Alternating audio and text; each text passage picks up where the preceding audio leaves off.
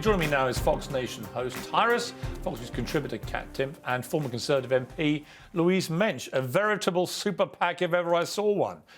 Immigration.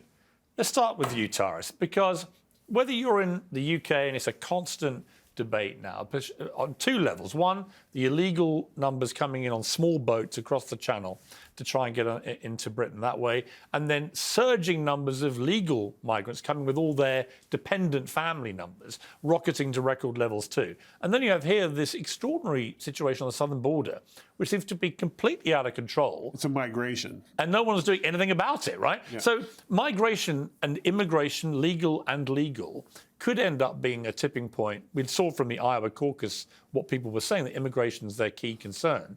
It could be the thing that decides both the US and UK election, which may be happening in the same month. You know, when I, just to the Iowa thing real quick, when I saw that that was the number one concern, concerns me, because is that the talking point concern, because the good people of Iowa don't have much to worry about in terms of immigration, especially this time of year. Pretty safe. Like the winters, I went to school in Nebraska. It only got colder if you went to Iowa. But we've got 3 million court dates, I think, that are backlogged for 10 years. So even the people who are doing it right can't do it right because of just, it's a migration of just basically, it looks like countries are just emptying their prisons, they're emptying, anybody who doesn't want to be here, go, the gates have been open, there's been some secret handshake signal that we weren't aware about in America. So the big concern is that you're hearing it where you would think the argument would be something else in Iowa. So I'm concerned it's becoming a Republican talking point opposed to the states that are really being affected. Now, if we poll New York, and immigration is number one, then the Republicans might have something to get excited about. But we're just not seeing it in the places where we should be seeing it in America. Kat, how much is this going to help Trump? I mean, clearly he had a massive victory in Iowa. Immigration was the number one thing. He always talks tough on immigration. He didn't build his wall last time, but the message was clear. If he gets the chance, he will finish the job. How much does all this help him? Well, I think it depends on how much Trump is willing to help himself in terms of actually staying on message, because Democrats, obviously, they want this election to be about Trump, and Trump is bad, and January 6th and all these other things. All too often, I think what Trump does is he likes to get in the ring with those people and sort of fight with them, and he will not focus so much on issues like immigration or like the economy. And immigration in general, I mean, the same system we've had in place since the 90s. We are not built for this level of influx of people. But I think that each political side, they feel very comfortable arguing about it, and it's a winning issue, right? I think that Republicans say, look at this is out of control. And the Democrats can say, oh, Republicans are heartless. And they just fight with each other, fight with each other, and fight with each other. Nothing gets solved because for their political careers, it doesn't really benefit them to solve it. But when that issue doesn't get solved, all the rest of us lose. You see, and also the debate back in the UK, Louise, anyone in the last few years who's dared to raise concerns about rising immigration has immediately been branded a racist. And you see the same thing over here, when in fact most people I know in the UK have a genuine, legitimate concern. And it's on two levels, really. It's one, whether the huge volumes of legal migrants that we're taking in, many of whom doing important jobs, but bringing with them, because of government policy, a lot of family members, are putting massive strain on an already over-creaking infrastructure, not least the National Health Service, education and so on, which I think is a perfectly legitimate concern, notwithstanding we need good skilled workers to come in. But then you have the issue of the small boats, much smaller numbers, but the optics of people just rocking up in these dinghies, not to mention the danger and the fact these horrible criminal gangs are running it, is really resonating with people. They want this to stop. Sunak, to his credit, has actually stopped it by a third with the Albania deal, where it turned out they're all young migrants from Albania, men wanting to make a few quid. So he's been successful there. Why Rwanda? I just don't know why he doesn't just get rid of this stupid plan. Well, I think if you want to deport people, if you want to sort of disincentivise those criminal gangs who are trafficking in human misery and causing people to drown and they don't give a damn about them, you've got to make it not fruitful. You've got to take away the prize at the end of it. It's really Pavlovian, if you like. If you come over here, you will be immediately deported to Rwanda and we will process your claim over there. This is what the Republicans, by the way, also want on the southern border. They don't want to pass Ukraine funding unless Biden gets rid of parole, which is exactly the same thing. It's where you cross the border illegally and then you can apply for asylum inside the United States. The Republicans want that to go away. And really, as you say, this is more of an emotional issue than anything else, and politicians need to understand that. The immigration crisis in the UK is not from the small boats. That is a tiny fraction of the immigration numbers. It is from legal immigration.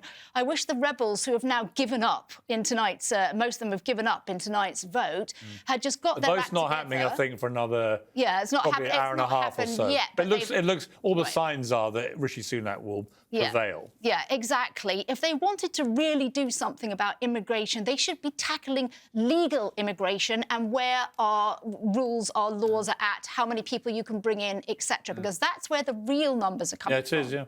OK, let's turn to Ben & Jerry's, one of my favourite companies, because on the list of woke, virtue signalling, imbecilic firms in the world, there they are. You just think, just give me some damn ice cream and shut up about everything else. But they cannot stop making statements. They've just demanded, Ben & Jerry's board of directors, a permanent and immediate ceasefire in Gaza. Okay. But it's the latest of endless pronouncements by people that make ice cream. Right. Well, how'd it go? Was there a shut? I always say, like, did it work? Ben & Jerry's cutting off ice cream. Wrap it up, fellas. Serious, it's not a drill. Everyone wants ice cream. Why do these companies do this? Aren't they supposed to give their company back to Native Americans? Weren't their Yes. headquarters on Native American Yes. land? So why are we still Ben & Jerry's? Shouldn't it be something else? Hiawatha? Something like, this is the thing about virtue signaling. It sounds great. You know how many high fives? Like, yes, we just stopped what's going on in Israel. High five because we threatened to not sell ice cream to people who support. Like, this is the problem. It sounds good. We're talking about it, which means we're all dumber for it. They continue to, like, these virtue signaling, but they don't actually really do anything. And again, you're right. Just shut up and put the ice cream on the cone or in the bowl with some sprinkles. Kat, would you and ever just buy it's just ice cream? Would you ever buy an ice cream because of a political position taken by the people that were making it?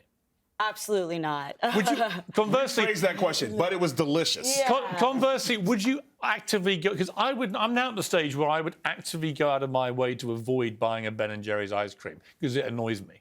See, I'm also not there. As somebody, I'm not a left or right. So if I only You'll just eat the ice cream. Yeah, if I only bought things that agreed with me politically, I would never eat again. I would probably have no friends.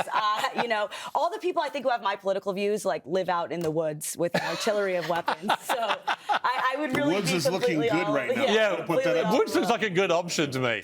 Louise, virtue signalling companies are not new, but there seems to be a proliferation of them now. And they seem to be actively going out of their way to annoy vast swathes of their customer base. If you're a Jewish person who likes Ben & Jerry's ice cream, you'll be looking at this going, well, where was this after October the 7th? Why didn't you call for anything then? So clearly you have a partisan bias against us. So why should I eat your product? Exactly. People back home may not know that Ben & Jerry's, as we like to say, have previous. On July the 4th last year, they called for giving Mount Rushmore back to the Native Americans because America is so horrible it was founded on stolen land. But that not was their one own thing. stolen land. Not their own, but not their own stolen land. Yeah. When Putin invaded Ukraine, this same guy, Ben Cohen, I think his name is, of Ben & Jerry's, he blamed NATO and the US and he put $1 million into campaigning for America not to give Ukraine weapons to defend themselves. Yeah. He blamed everybody except Russia. Now, these people are Bernie bros, what we call champagne socialists, the Americans call limousine liberals. And I think there's nothing to pick between hardcore people on the right, the alt-right, and hardcore people on the alt-left. They're all just extremist nonsense. I wish I could boycott Ben & Jerry's, but I never eat it because it's an inferior ice cream. Well, it is a little heavy on the calories, though. If we're being fair, it's a little, it's about Obviously, 1,100 if you have a body like this, you don't eat ice cream at all. So that's a given.